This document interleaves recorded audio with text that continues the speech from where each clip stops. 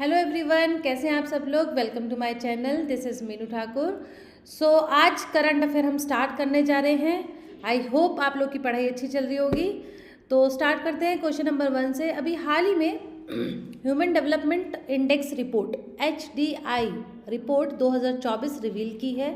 अच्छा, अब जब भी कोई रिपोर्ट आती है तो वो रिपोर्ट कब कब जारी होती है? एनुअली होती है, क्वार्टरली होती है, कौन जारी करता है, कौन सा ऑर्गेनाइजेशन जारी करता है, उस ऑर्गेनाइजेशन के बारे में पता होना चाहिए। उस रिपोर्ट के अनुसार भारत का रैंक, अगर रैंक है तो भारत का रैंक क्या है, भारत के पड़ोसी देशों के साथ क्या कंपैरिजन अगर हम करें, जस्ट जो हमारे नेबरहुड कंट्रीज़ हैं वहाँ हम कहाँ स्टैंड करते हैं। ठीक है, तो एक टॉपिक से, इस तरीके की एक न्यूज़ से आपके आराम से 5 से 6 क्वेश्चंस बन सकते हैं। ठीक है, तो क्वेश्चन नंबर 1 है, व्हाट इज़ द रैंक। ये तो सबसे सिंपल और कॉमन क्वेश्चन रहता है कि भाई ह्यूमन डेवलपमेंट रिपोर्ट 2024 के अनुसार भारत का क्या रैंक है। ठीक है, तो रैंक क्या है ये पता होना चाहिए। ठीक है, तो इसका करेक्ट आंसर क्या है? इसका करेक्ट आंसर है 134। ठीक है, तो 134 रैंक इंडिया का है। बताया जा रहा है कि इंडिया ने काफ़ी चीज़ों पे, काफ़ी जो मानक है इसके, काफ़ी जो इंडिकेटर्स हैं उसमें इम्प्रूवमेंट हासिल की है। ठीक है, इसके टोटल जो मेंबर कंट्रीज़ हैं वो 193 है। उस 193 में से भारत का रैंक है 134। ठीक है, अगर हम इसकी वैल्यू या उसकी बात करें, HDI वैल्यू जो 0 से 1 होती है, 0 to 1 होती है, उसमें हमारी 2021 में 0.633 थी, जो डाउन फ्रॉम 0.642 हुई। ठीक है, उससे 2020 से हमारी ये नीचे गई है। ठीक है, तो वो जितनी हमारी कम होती जाएगी उस तरीके से हमारे रैंक डिसाइड होते हैं। ठीक है, हम मिडिल कैटेगरी में है। 3 कैटेगरी होती है, हाई, मीडियम, लो। तो हम मीडियम कैटेगरी में, ये भी इंपॉर्टेंट एक फैक्ट है, पता होना चाहिए। ठीक है, एज पर दी रैंक। ठीक है, एज पर दी रैंक जो कैटेगरी है, ये पॉइंट वाइज जो वैल्यू वाइज है उसमें हम मीडियम कंट्रीज़ में आते हैं, मीडियम डेवलपिंग कंट्रीज़ में। ठीक है, इसके अनुसार डेवलप्ड कंट्रीज़ में एक हाई डेवलप्ड हुआ, एक मीडियम हुआ, एक लीस्ट हुआ। तो भारत की अगर हम बात करें तो वो स्लाइटली ऊपर हुआ है 2022 में। उसके बाद इसने, लेकिन अभी भी ये कुछ हमारे जो नेबरहुड कंट्रीज़ है उससे हम पीछे हैं। जैसे कि बांग्लादेश का अगर रैंक देखें तो 129 है, भूटान का 125 है, श्रीलंका का 78 है, चाइना का 75 है। ठीक है, सोचो, चाइना का 75 है। चाइना तो हमारी कई चीज़ों में जहाँ जहाँ हमें आगे है उसे हमें तोड़ना है। ठीक है, बाकी दूसरी भी कंट्रीज अगर हम देखें, भूटान, श्रीलंका, वो भी हमसे बेटर कर रही हैं। ठीक है, तो ये भी हमें थोड़ा सा कंसीडर वर्क करना है इस चीज़ पे। दूसरा क्वेश्चन है, फिर से HDI पे ही है, कौन सा ऐसा इंडिकेटर है विच इज़ नॉट यूज्ड, जो यूज में नहीं आता टू मेजर HDI। ठीक है, human development. Option A, purchasing power, gross enrolment, vaccination, life expectancy. ठीक है, तो सही आंसर इसका क्या है? इसमें ग्रॉस एनरोलमेंट ये भी है, वैक्सीनेशन नहीं आता है। वैक्सीनेशन का इसमें कोई लेना देना नहीं है। परचेजिंग पावर है, यस है, ग्रॉस एनरोलमेंट है, लाइफ एक्सपेक्टेंसी है, लेकिन आपका वैक्सीनेशन इसमें नहीं है। ठीक है, नेक्स्ट क्वेश्चन है, फिर से इसका एक्सप्लेनेशन आगे की स्लाइड में बताऊंगी। Which of the following is not one of the 4 pillars. कौन सा इनमें से जो 4 पिलर होते हैं ह्यूमन डेवलपमेंट के, उसमें से ऐसा कौन सा है जो इन चारों में से नहीं है? Equity, sustainability, accessibility, productivity. ठीक है, तो करेक्ट आंसर क्या है? करेक्ट आंसर आपका है, एक्चुअली इसमें जो आपका ये है पॉइंट, इक्विटी, सस्टेनेबिलिटी, एक्सेसिबिलिटी, तो इसमें आपका एक्सेसिबिलिटी जो है वो नहीं आएगा। इसके अंदर आपके होते हैं इक्विटी। इक्विटी का मतलब होता है making equal access to opportunities, हर एक बंदे के लिए, हर एक पर्सन के लिए जो सोसाइटी में रहते हैं, irrespective of the caste, the level, income level, anything else, right. तो उस सब को छोड़ के फिर भी everyone who lives in the society, they have equal access to grab the opportunity। सभी को, सभी इक्वल तरीके से अपनी अपॉर्चुनिटी को, अवसर को एक्सेस कर सकते हैं। सस्टेनेबिलिटी क्या होता है? कंटिन्यूटी इन दी, आज जो आप अपॉर्चुनिटी यूज़ कर रहे हैं, तो इस तरीके से अपॉर्चुनिटी, ऑप्शंस अवेलेबल कराना जो फ्यूचर एस्पेक्ट को भी लेकर मद्देनज़र में उसको फ्यूचर एस्पेक्ट को भी कंसिडर करें। प्रोडक्टिविटी, ह्यूमन लेबर प्रोडक्टिविटी आपको पता ही है। उत्पादकता जैसे कैसे कहेंगे कि कोई पर्सन है जो 1 घंटे में एक काम कर रहा है सिर्फ, और वहीं पे एक दूसरा पर्सन है जो 1 घंटे में 4 से 5 प्रोडक्शन जो है, यूनिट प्रोडक्शन है वो कर रहा है। तो कौन प्रोडक्टिव हुआ ज़्यादा? जो कम समय में ज़्यादा आउटपुट आपको दे रहा है, ठीक है। तो that is known as productivity. It is also a pillar और कंसिडर एज अ मेजर और as a indicator of overall human development of an individual, ठीक है। नेक्स्ट क्वेश्चन है, who has been appointed as the new vigilance commissioner in the central vigilance commission? जो central vigilance commission है उसमें vigilance commissioner appoint हुए हैं, वो कौन है? AS Rajeev, Praveen Kumar Srivastava, Arvind Kumar, none of this. So the correct answer is AS Rajeev, ठीक है। ये AS राजीव जो है, देखो कोई भी अगर आपका अपॉइंटमेंट होता है तो उन्होंने किसको रिप्लेस किया, वो उनकी क्वालिफिकेशन क्या है, और जिस कमीशन या जिस संस्था से वो जुड़े हैं उस संस्था के बारे में भी क्वेश्चन पूछ लिया जाता है, ठीक है। तो ये जो है आपके बैंक ऑफ महाराष्ट्र के फॉर्मर CEO और मैनेजिंग डायरेक्टर रहे हैं। ये विजिलेंस कमिश्नर अभी अपॉइंट हुए हैं। किन्होंने अपॉइंट किया है? By the president of India, ठीक है। ये भी इंपॉर्टेंट फैक्ट है। सेंट्रल विजिलेंस कमीशन के बारे में थोड़ा समझो। ये 1964 में आया था। इसकी जो सेटअप हुआ था on the basis of the recommendation of the committee के संथनम। ये संथनम जो है इस कमिटी की रिकमेंडेशन पे इस विजिलेंस कमीशन का गठन हुआ था। इस कमीशन का रोल क्या होता है? इस कमीशन का रोल होता है is to advise and guide the central government in the field of surveillance. Commission जो करप्शन होता है उसको रोकना, ठीक है। नेक्स्ट क्वेश्चन है, who won the ICC men's player of the month award for the month of February, ठीक है। फेब्रुअरी में ये क्या होता है, हर महीने ये अनाउंस करते हैं ICC, ठीक है, जो आपकी इंटरनेशनल काउंसिल बॉडी है। ये हर महीने मैन ऑफ द प्लेयर चुनते हैं। तो ये अवार्ड फरवरी का किसको मिला है, किस प्लेयर को मिला है, ये आपको बताना है, ठीक है। क्रिकेट से जुड़े हुए हैं, ये एकेडमी है, ठीक है। इस बार जो मिला है यशस्वी जायसवाल जो इंडिया के हैं, ठीक है। भारत के newest batting sensation Yashasvi Jaiswal को ICC player of the month मिला है following his prolific run in the test series against England which saw him amass over 700 runs. ये भी पता होना चाहिए कि कोई प्लेयर को अगर मैन ऑफ द मैच या कोई अवार्ड मिल रहा है तो वो किस कंट्री के किसको हरा के मिल रहा है, ओवरऑल उसका रन क्या है। सो ये बेसिक चीज़ें आपको याद रखनी है। अगर हम थोड़ा सा इसकी संस्था पे जाते हैं, काउंसिल पे जाते हैं, international cricket council. First very basic आपको ICC की फुल फॉर्म पता होनी चाहिए, इंटरनेशनल क्रिकेट काउंसिल, ठीक है। ये गवर्निंग बॉडी है। इसके मेंबर्स जो हैं ये 1909 में पहले तो ये इस्टेब्लिश हुई थी, ठीक है। इसका हेडक्वार्टर जब इनिशियल लेवल पे था वो आपका देखो इंग्लैंड में इसकी बात हो रही थी, लेकिन अभी जो प्रेजेंट में है वहीं से क्वेश्चन पूछेगा। तो इसका हेडक्वार्टर कहाँ है आपका? दुबई में, UAE में है, दुबई में इसका हेडक्वार्टर है, ठीक है। और ये ऑस्ट्रेलिया, इंग्लैंड, साउथ अफ्रीका ने इसको फाउंड किया था। इसका ये रिस्पॉन्सिबल होता है various conduction of matches like T20 world cup, ICC world test series, फिर उसके बाद क्रिकेट वर्ल्ड कप चैम्पियनशिप। तो इस तरीके के जितने वर्ल्ड लेवल पे क्रिकेट होते हैं वो इसको ऑर्गेनाइज करता है, ठीक है। नेक्स्ट क्वेश्चन की तरफ बढ़ते हैं। इस बार मैंने ऑप्शंस नहीं रखे हैं। मैं ये चाहती हूँ कि आप लोग हर ऑप्शन को रट जाओ, ठीक है। प्लेयर्स के नाम इस तरीके से रट जाओ, बस ये क्वेश्चन दिखे और वो आपको ऑप्शन क्लिक हो जाए माइंड में ऑटोमेटिकली, ठीक है। Who won the ICC women's player of the month award for the month of February. जैसे कि मेल का नाम हुआ वैसे आपको विमेन का नाम याद रखना है। विमेन कौन थी जिनको फेब्रुअरी का man of the women player of the month चुना गया है? वो है आपकी एनाबेल जेनी साउदरलैंड। ये एक ऑस्ट्रेलियन क्रिकेटर है जिन्होंने नेशनल क्रिकेट टीम के लिए प्ले किया as an allrounder. Very important fact, ठीक है। एनाबेल याद रखना है, एनाबेल जो है। नेक्स्ट क्वेश्चन है सुभाष अभिनंदन सुभाष चंद्र बोस जी को लेकर ये एक अभिनंदन, ये डिजिटल एग्जीबिशन है जो लॉन्च हुआ है। ठीक है, किसने लॉन्च किया है आपको वो बताना है। किसने लॉन्च किया है?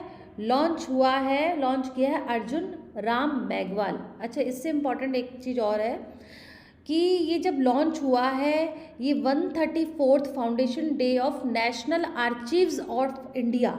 ये जो नेशनल आर्चीव्स ऑफ इंडिया है ये आपका मिनिस्ट्री ऑफ कल्चर से अटैच्ड है, यहाँ पे सारा डाटा मेंटेन है। तो आपको ये इसका इम्पॉर्टेंट फैक्ट था, एक तो याद रखना है ये किसने लॉन्च किया, कब, किस के उपलक्ष्य में लॉन्च हुआ। फिर उसके बाद नेशनल आर्चीव्स की बात की जा रही है, ये आपकी किस मंत्रालय से एसोसिएटेड है? Ministry of culture. ठीक है, अर्जुन राम मेघवाल के पास अगर आप इनके बारे में देखें तो ये करंटली आपके minister of law and justice है, 2023 से ही है।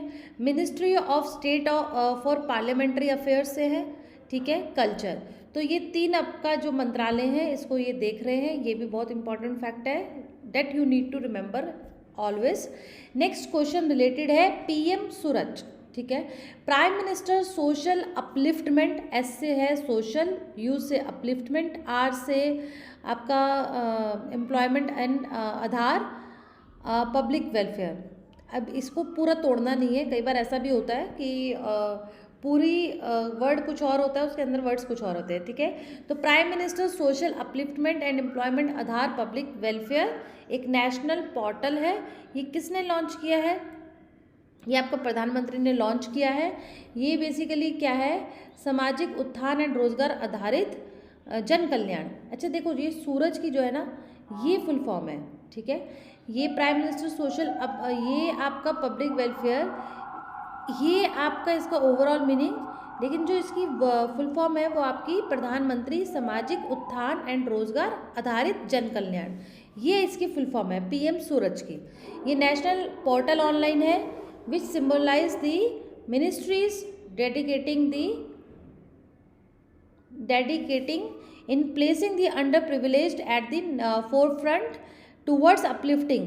जितनी आपकी अंडर प्रिविलेज सोसाइटी है उस अंडर प्रिविलेज को अपलिफ्ट करना है। ठीक है, ये सबसे इम्पॉर्टेंट एक प्राइम फोकस पॉइंट रखा है इस नेशनल पोर्टल में, जो पूरा का पूरा एक डाटा मेंटेन करेगा कैसे अपलिफ्ट करना है, क्योंकि अपलिफ्टमेंट के लिए सबसे पहले आपको क्या चाहिए? डाटा। ठीक है, तो इतना ही नहीं, ये सपोर्ट भी करेगा, क्रेडिट असिस्टेंस देगा to 1 lakh entrepreneurs who hailed from disadvantage और अंडर प्रिविलेज्ड सोसाइटी। ठीक है, नेक्स्ट क्वेश्चन है in which country was exercise Cutlass Express 2024 organise. कहाँ पे, किस कंट्री में कटलेस एक्सप्रेस एक्सरसाइज जो एक्सरसाइज है वो कंडक्ट हुई है? तो ये आपकी हुई है सेशल्स में हुई है। ठीक है, ये किस किस के बीच में हुई है, कहाँ हुई है? It is an exercise conducted in East African coastal region and the West Indian Ocean to counter malign influence aggression and activity along overlapping command seams and maritime region. ठीक है, और ये एक ऐसी प्लेटफॉर्म है, ये एक ऐसा एक्सरसाइज है जो टुगेदर करेगा, जोड़ेगा सभी मैरीटाइम फोर्सेस को, जो समुद्री सेना है, कहाँ कहाँ से? East Africa, waste Indian ocean nation, Europe, north America, several international, बाकी जितने आपके इंटरनेशनल ऑर्गेनाइजेशंस हैं जो मैरीटाइम को सर्विलेंस में रखते हैं, वो सभी मिलकर इस एक्सरसाइज में पार्टिसिपेंट रहे।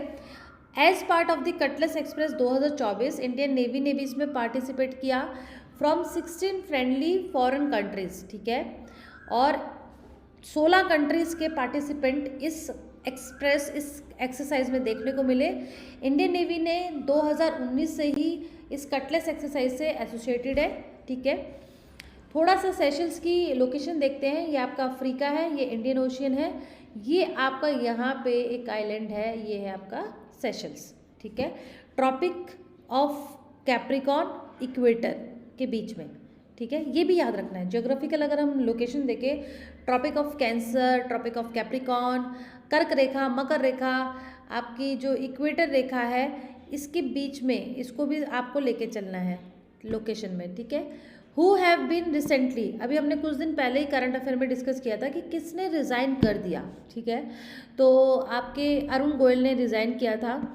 उसमें अनूप पांडे थे जो पिछले महीने उनका रिटायरमेंट हो गया था। तो इलेक्शन कमीशन में हमने बताया था कि 324 आर्टिकल के तहत ये एक संविधान बॉडी है, संवैधानिक बॉडी है। इसके अंदर 3 मुख्य रूप से, एक होता है चीफ इलेक्शन कमिश्नर जो हेड होता है, उसके बाद 2 और इलेक्शन कमिश्नर होते हैं। लेकिन इंडिया में अभी क्या था, प्रेजेंट में आपके चीफ इलेक्शन कमिश्नर है, 2024 इलेक्शन है, हम सब जान रहे हैं। लेकिन उसमें 2 जो असिस्ट कर रहे थे इलेक्शन कमिश्नर, उसमें से एक तो पहले ही रिटायर्ड थे, वैकेंट थी वो पोजीशन। दूसरी पोजीशन जो है वो आपकी पिछले महीने ही, इस महीने इवन रिज़ाइन कर दिया था, ठीक है। तो अभी नियुक्त हुए हैं, पिछले हफ्ते ही रिज़ाइन किया था। प्रधानमंत्री इनका जो है रिक्रूटमेंट करते हैं। तो अभी गणेश कुमार एंड सुखबीर सिंह संधू, इन्हें अपॉइंट कर लिया गया है in place of Anup Chandra Pandey and Arun Goyal. ये भी पता होना चाहिए किसके बदले किसको रिप्लेस किया है, ठीक है। The committee formed one nation one election, अभी रिपोर्ट सबमिट हुई है, कल ही रिपोर्ट सबमिट हुई है, ठीक है। प्रेसिडेंट को ये रिपोर्ट सबमिट हुई है। ये कमेटी में 18,000 पेजेस की ये कमेटी थी। इसमें ये एक निचोड़ निकला कि भाई साइमल्टेनियसली लोकसभा और स्टेट असेंबलीज, लेजिस्लेटिव जो स्टेट लेजिस्लेटिव असेंबलीज है उसका इलेक्शन सेम टाइम साइमल्टेनियसली होना चाहिए। और उस इलेक्शन के बाद 100 दिन के अंदर अंदर municipalities and panchayat Raj institutions जो है उसका भी इलेक्शन हो जाना चाहिए। तो ये एक रिकमेंडेशन थी। इस कमेटी का जो कमेटी को हेड किया था वो आपके कौन थे, former president of India Ramnath Kovind. ये इन्होंने इस कमेटी को चेयरमैनशिप किया था। इन्होंने अपनी प्रेजेंट जो हमारे प्रेसिडेंट हैं द्रौपदी मुर्मू, उनको ये सबमिट की है रिपोर्ट। इसके अनुसार क्या लिखा है कि इसको इस तरीके से इलेक्शन करना है, सिंक्रोनाइज्ड वे में करना है कि लोकसभा और स्टेट लेजिस्लेटिव असेंबली का एक साथ इलेक्शन करने के बाद उसके 100 दिन के अंदर अंदर म्यूनसिपैलिटीज़ एंड पंचायत का भी इलेक्शन हो जाना चाहिए, ठीक है। नेक्स्ट प्रश्न है कि अभी वंदे भारत ट्रेन्स, ठीक है, ये रिसेंट ऑपरेशन में हुई है। 10 नई प्रधानमंत्री जी ने इसका उद्घाटन किया है। अब पूरे ऑल ओवर इंडिया में बात करें तो 124 स्टेट्स में ये रन हो रही है। ये 2000, अब थोड़ा सा इसके बारे में समझना है, वंदे भारत एक्सप्रेस के बारे में समझ लो। ये एक मीडियम डिस्टेंस, बहुत लंबे भी नहीं डिस्टेंस को कवर करती, बहुत शॉर्ट भी नहीं करती, बट हाँ medium distance super fast express है। ये बहुत इंपॉर्टेंट फैक्ट है। ये एयर कंडीशन चेयर कार है, service connecting cities that are less than 800 kilometres, ये याद रखना है। इस किलोमीटर्स को ये तय करती है, 10 घंटे से भी कम लेती है इसको तय करने में। और ये कब से स्टार्ट है, आपकी 2019 से, ठीक है। अभी महतारी वंदन योजना, ये जो महतारी वंदन योजना है ये अभी किस राज्य ने स्टार्ट की और ये इसका मतलब क्या है, ये अभी आपकी स्टार्ट की है छत्तीसगढ़ ने, ठीक है। इसका मतलब ये है, ये लॉन्च हुई है मैरिड विमेन, जो छत्तीसगढ़ की विवाहित महिलाएं हैं उनको अपलिफ्ट करना है, उनको एम्पावर करना है। एक ऐसी सिचुएशन जहां उनके साथ डिस्क्रिमिनेशन होता है, उस डिस्क्रिमिनेशन को ख़त्म करने के लिए एक मॉनिटरी बेनिफिट दिया जा रहा है ताकि उनका अपलिफ्टमेंट हो सके, ठीक है। वो अपने आप को रजिस्टर कर सकती है इस बेनिफिट को लेने के लिए। नेक्स्ट क्वेश्चन है, इसमें कितना पैसा दिया जाएगा, इसलिए मैंने वहाँ पे नहीं बताया आपको। महतारी वंदन योजना जो छत्तीसगढ़ ने अभी दे रही है वहाँ की मैरिड वुमेन को, वहीं की मैरिड वुमेन को छत्तीसगढ़ की, तो उसमें कितना पैसा दिया जा रहा है, ₹1000, ₹1200, ₹1500, ₹2000। सो ये पर मंथ दिया जाएगा। और एक इम्पॉर्टेंट फैक्ट है, ये आपका कितना दिया जा रहा है, ये आपका सही आंसर है ₹1000 जो है ये दिया जाएगा सभी विमेन को जो मैरिड विमेन हैं, जिनका अपलिफ्टमेंट होना बहुत ज़रूरी है, जो एकदम अंडर प्रिविलेज्ड है, ठीक है। नेक्स्ट क्वेश्चन है, मिस वर्ल्ड ह्यूमैनिटेरियन अवार्ड, हाल ही में एक ह्यूमन ग्राउंड पे जो काम कर रहा है उसे अवार्ड दिया है। कौन है वो, नीता अंबानी, सुधा पाटेकर, जय बच्चन, हेमा मालिनी। तो करेक्ट आंसर है नीता अंबानी। ये जो नीता अंबानी है हम सब जानते हैं रिलायंस फाउंडेशन जो है उसकी चेयरपर्सन है, ठीक है। इन्हें ये अवार्ड मिला है for what purpose, for her commitment to social work and philanthropy. और 2023 में इनको एक और अवार्ड मिला था, अवार्ड इन्हें बहुत मिलते रहते हैं, इन्हें अवार्ड मिला था sports leader of the year female award at the CII score card 2023 event in new Delhi, ठीक है। तो आज के पिटारे में इतने ही आपके क्वेश्चंस थे। आई होप पसंद आया हो। Please like share and subscribe my channel. कुछ भी डाउट है, कुछ एनी सजेशंस कि आपको इस तरीके की चीज़ें चाहिए, इस तरीके के क्वेश्चंस है, आपका ये एग्ज़ाम टारगेट है, लेट मी नो, ठीक है। I will try to cover the questions from that angle also, आपके उस एग्ज़ाम को लेकर। चलिए फिर मिलते हैं, कल मिलते हैं, ओके। चलिए बाय, गुड डे।